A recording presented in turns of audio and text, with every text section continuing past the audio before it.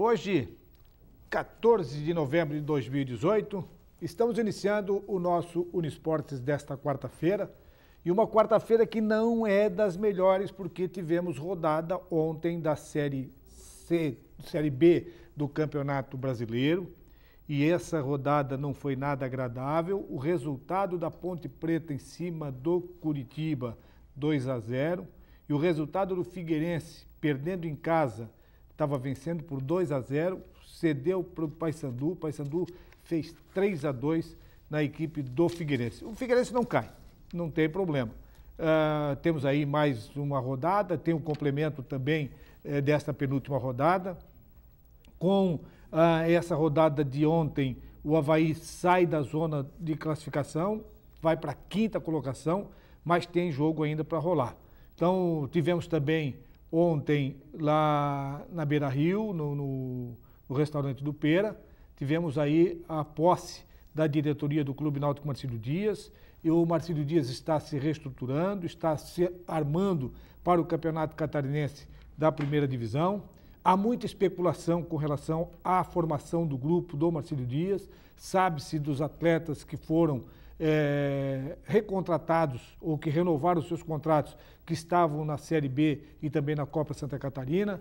E o Ingo tem mais informações a respeito do Clube Náutico Marcílio Dias. O Vaguinho pintou por aí, o Vaguinho já deu algum nome, deu alguma pincelada no que ele pretende fazer para a equipe do Marcílio Dias para a temporada 2019? Boa tarde, Eladio, boa tarde a você da Univale. Realmente o Wagner Santos de Souza Dias, é o nome do Vaguinho, né? O Vaguinho Dias, como se chama, ele realmente chega esta semana aí já pronto para iniciar o trabalho de montagem da equipe do Marcílio Dias, porque no dia 3 de dezembro, todos devem se apresentar para começar os treinamentos e o Vaguinho colocar em prática o seu objetivo, a sua tática, técnica, todo o seu trabalho ali para que possamos ter um ano de 2019 com grandes resultados, já que o objetivo do Marcílio Dias é ficar entre os 6 primeiros colocados para conquistar a vaga na Série D do Campeonato Brasileiro. Esse é o projeto do Marcílio Dias, em 6 anos aí, está presente na Série D do Campeonato Brasileiro. O Vaguinho, ele sabe das limitações do Marcílio, ele conhece a diretoria do Marcílio, ele não renovou o seu contrato para a Copa Santa Catarina, pelas suas razões. Ele vem agora para montar a equipe para defender o Rubro-Anil no Campeonato Catarinense e permanecer na Série A da elite do futebol catarinense. O Vaguinho, pela sua experiência, pelo seu contato, você acredita que o Vaguinho chegue para o dia 3, ou talvez antes do dia 3, o Vaguinho chegue já com alguma bagagem com ele, algum atleta vindo com ele, ou não? Ou ele vai vir aqui, vai ter que conversar com o departamento de futebol, onde envolve aí o Gama, o Gelson, o próprio... Quem é mais daquele moço que está ali sempre, faz tempo que está aí? Gama, o Gelson, o que foi campeão pelo Grêmio, talvez é esse que está ali, agora eu não me recordo o nome dele. Esqueci o nome também. Então, eles estão... O Tonho Gil. Eles estão aí, eles vão fazer avaliação ou eles vão assinar embaixo no que o Vaguinho indicar? Bom, eu conversei, assim, uma conversa fora dos microfones com essa equipe aí do Tonho Gil, o Gelson, o Gama, sobre a volta do Vaguinho, sobre tudo que aconteceu em vestiários, e perguntei realmente qual era a participação dessa equipe junto ao Vaguinho. O Vaguinho ele tem um trabalho muito forte, assim, de vestiário e de campo, ele guarda muito para si, assim, as decisões. Então, de que forma essa equipe ia administrar o trabalho do Vaguinho? Falou, a gente tá junto, tá abraçado com o Vaguinho e vamos caminhar aí para um objetivo. Acredito que esses jogadores como o Anderson Ligeiro, o próprio Wallace, o zagueiro, e mais a equipe que renovou, realmente eles devem ter já conversado com o Vaguinho, a própria equipe também deu o aval ali, para que o Vaguinho pudesse aprovar essas renovações.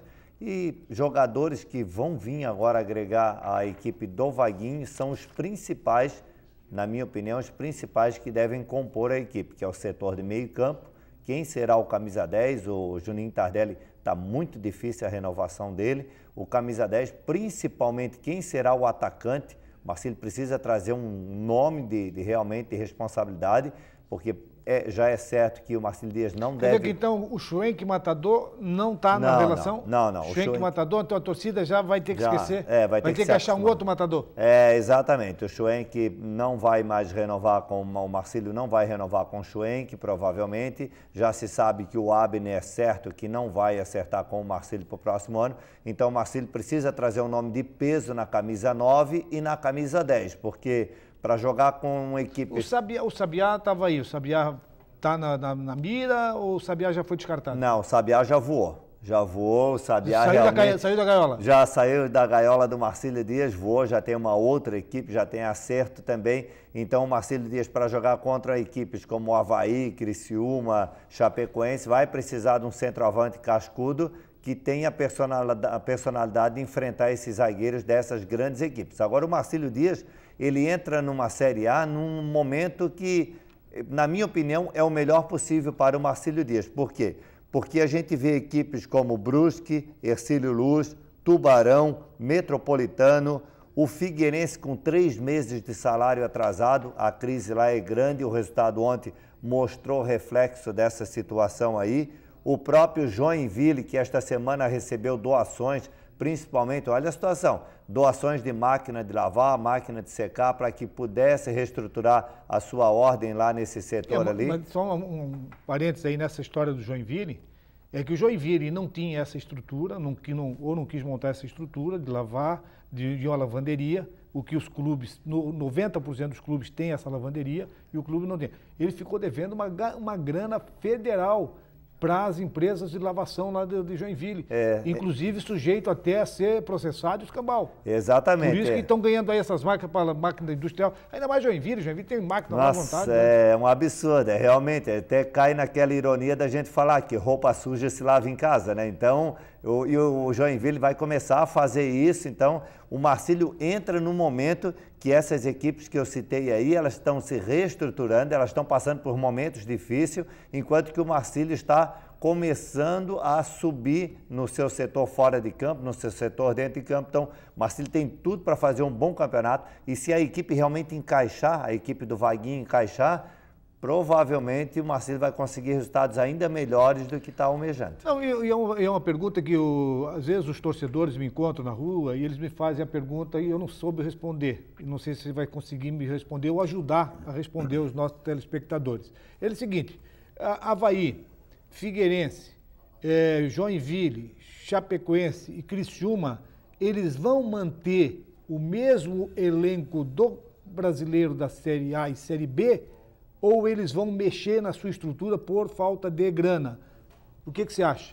O Avaí depende do resultado do Avaí. O resultado, se o Avaí subir para a Série A, aí automaticamente a maioria dos jogadores deve ter uma renovação. E esse resultado de ontem da Série B, com a vitória da Ponte Preta, a Ponte Preta assumiu a segunda colocação e no segundo bloco nós vamos analisar isso aí. A Ponte Preta assumiu a segunda colocação e o Avaí fica na obrigação de vencer o CSA lá.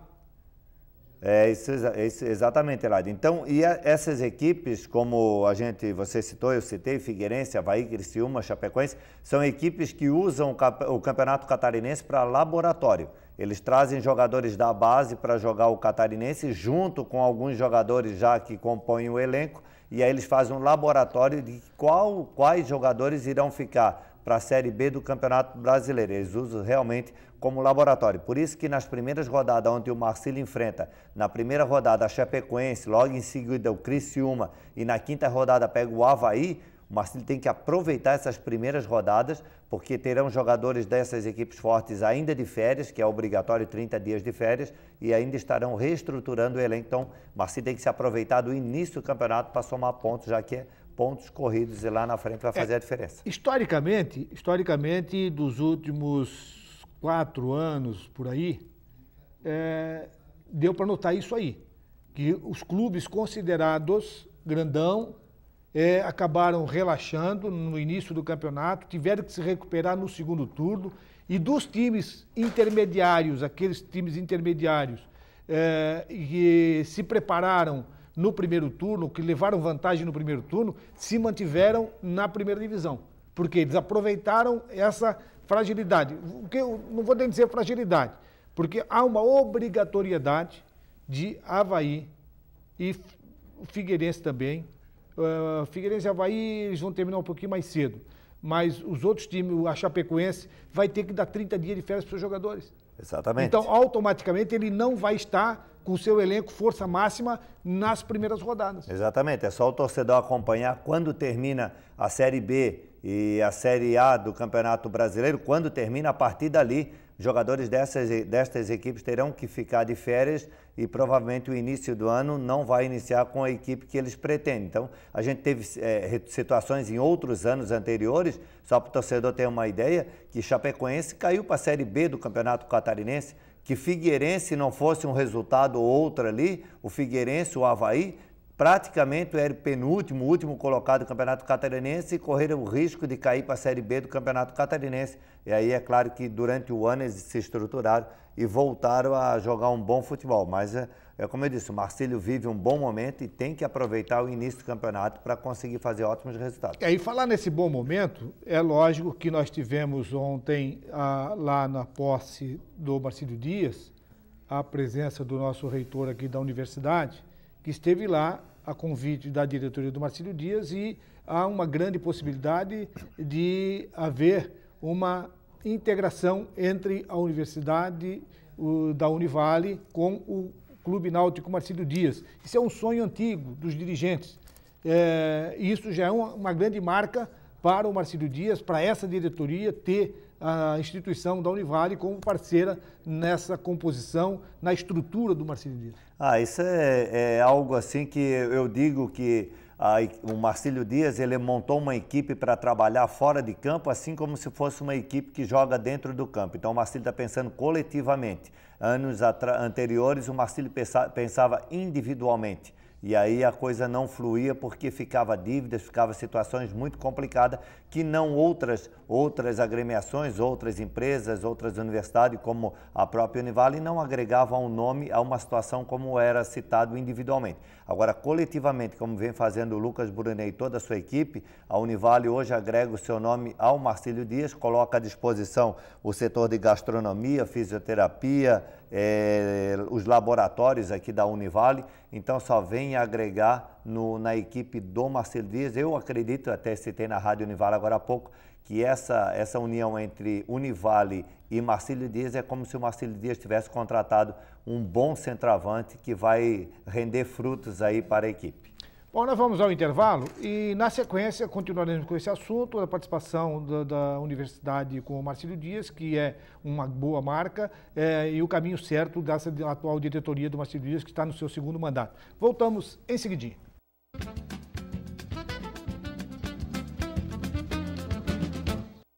Estamos de volta e esse nosso segundo bloco nós temos o apoio do Restaurantes Paraty.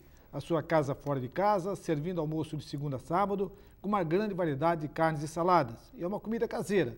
Fica ali na Avenida 7 de Setembro, na esquina do Centro Comercial Marcílio Dias. Nós estávamos aqui falando do Marcílio Dias, só esqueci de fazer uma pergunta para o Ingo. O Juninho Tardelli, ele permanece ou ele foi embora? O Juninho Tardelli... Ou ele pode retornar? Tem possibilidade de retornar? Ele pertence ao Juazeirense. Mas tem possibilidade de voltar? Muito difícil. Hoje eu diria que 90% aí o Juninho Tardelli, muito difícil ele se manter aqui, até porque... E é um bom jogador, pelo menos aqui ele rendeu bastante. Estão tentando de todas as formas, mas pelo tempo aí que já se passou aí, muito difícil o Juninho Tardelli permanecer aqui em Itajaí.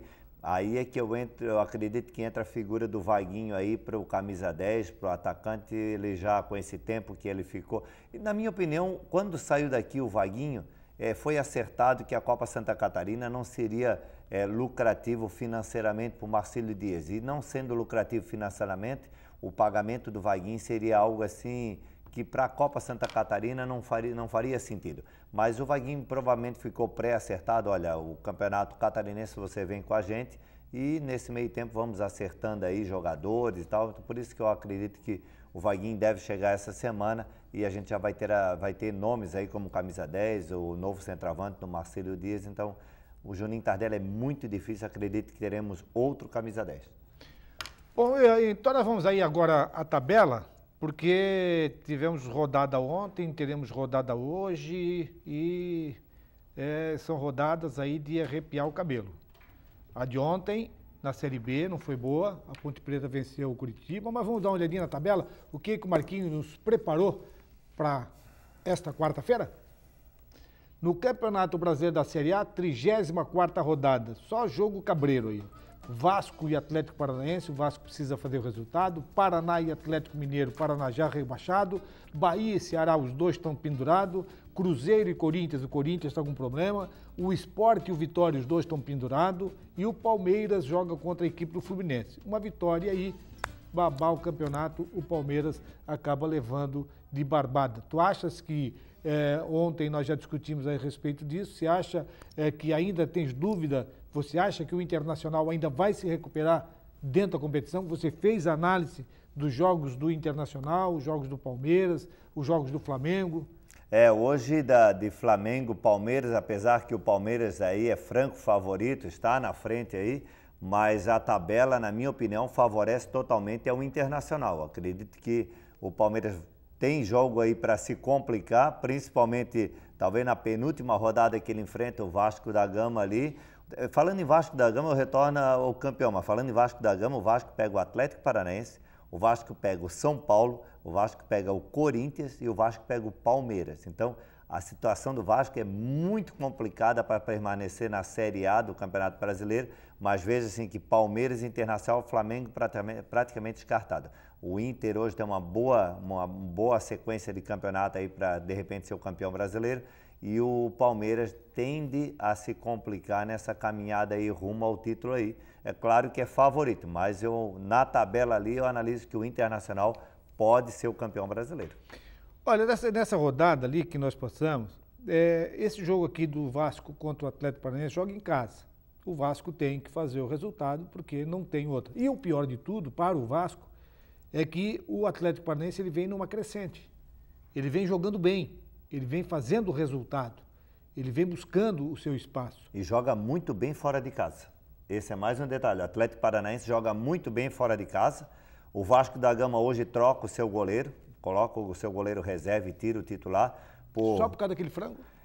Diz que ele atravessa um momento muito difícil e aí para goleiro... Conversaram com como é que é? Existem as videntes, as pessoas são videntes, tira ele porque ele está numa fase ruim? Agora tu imagina, Eladio, a gente já passou... Você está rindo, né? Mas na época aqui, isso foi nos anos 80, se eu não me engano, nos anos 90, tinha uma senhora de Joinville que ela fazia numerologia, então ela fazia lá os estudos. Diz ela que com vários treinadores do futebol brasileiro a procuravam para saber do astral do seu atleta, para saber essa escala. Eu digo, minha senhora... Como é que acontece? Não, mas tem um lado positivo. Digo, mas quer dizer que se você chegar aqui vai dizer que o Neymar está ruim, você tem que tirar o Neymar? Se tiver ruim, tem que tirar o Neymar. Eu digo, mas a senhora está doido, o treinador está morto.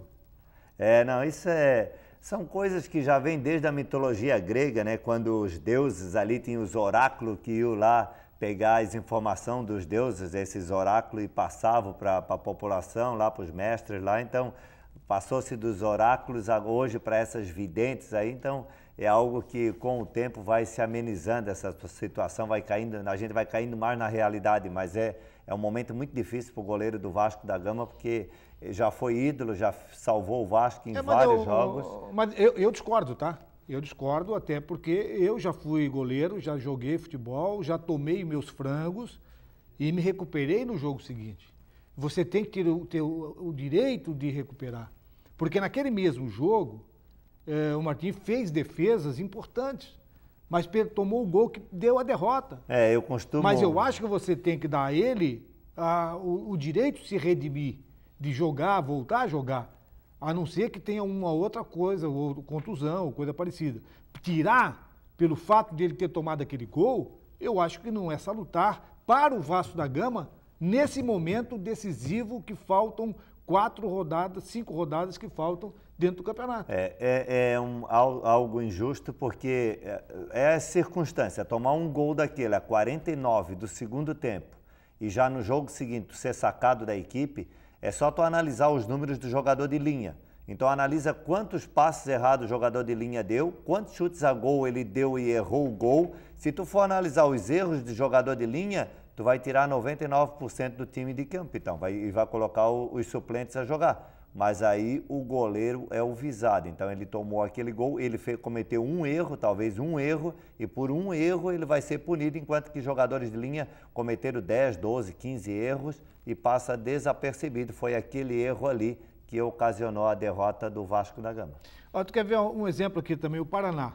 O Paraná já fazem 2 rodadas, ele ficou um bom tempo no 17 e não queria sair do 17 e acabou, depois acabou somando os seus pontinhos aí para tentar fugir do rebaixamento, mas não conseguiu subir. E agora começou a querer ganhar e está atrapalhando a vida dos outros aí. O Paraná que vai jogar contra o Atlético Mineiro. Aqui o Bahia, eu acho que o Bahia escapou, o Bahia vai jogar contra o Ceará que me impressiona, o Ceará ganhou vários grandes clubes, incomodou vários grandes clubes e não sai dali. Parece o Ceará hoje está na 14ª posição. Parece que tem aquela bola de ferro amarrada no pé ali no se o Ceará perder para o Bahia, se o Ceará perder para o Bahia, ele permanece ali com os seus 38 pontos, que ele está junto com o Vasco com os 38, e ele corre um sério risco de cair. Novamente. Porque nós temos um confronto direto entre o Sport e o Vitória. Então, essa rodada agora, que começa nessa quarta-feira e termina no sábado, nós temos aqui, na quinta, quer dizer, nós temos aqui o Vasco com o Atlético Paranaense, temos o Paraná, nós temos aqui o Cruzeiro com o Corinthians, temos o Sport Vitória, temos o Chapecoense, a Chapecoense. Jogo Chapecoense decisivo. Contra o Botafogo. O Botafogo está com 41 e a Chapecoense está com 37. Jogo decisivo para se manter. A Chapecoense venceu o Santos, num jogo em que poucas pessoas acreditavam. Inclusive, depois, no outro dia, eu estava vendo a matéria dos nossos colegas de imprensa lá de Chapecó. Chapecoense, com aquela vitória sobre o Santos, Chapecoense ficou verde direto.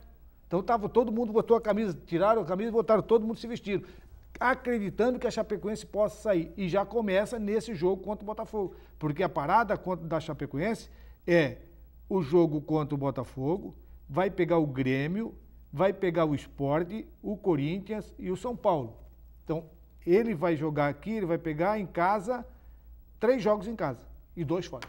E três equipes que estão ali praticamente no risco ali, o Botafogo, o Corinthians e o Sport ali. Então, o Botafogo se prepare no jogo de amanhã, a arena vai estar realmente lotada, vai estar verde, o Botafogo vai tomar uma pressão lá dentro da Arena Condar lá e provavelmente, pelo que a gente conhece da camisa da Chapecoense, vai fazer o resultado. Aqui é o seguinte, matemática que eu faço.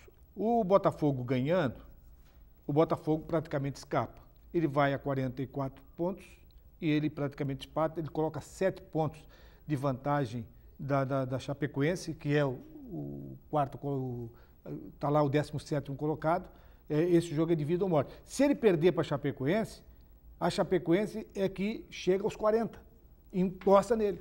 Eu vejo o jogo decisivo porque eu não vejo um grande time no Botafogo. Eu vi o jogo do Botafogo contra o Flamengo. O Flamengo ali eu já vi que está descartado do Brasileiro e o Botafogo teve 48% de bola rolando no jogo de Botafogo e Flamengo. Não teve nem 50% de bola rolando. Então, é o jogo praticamente parado. Jogadores do Botafogo o tempo todo caído no gramado. O goleiro do Botafogo caído no gramado. Então, para ter 48% de bola rolando no jogo de futebol, o torcedor pagou para a bola praticamente ficar parada, né?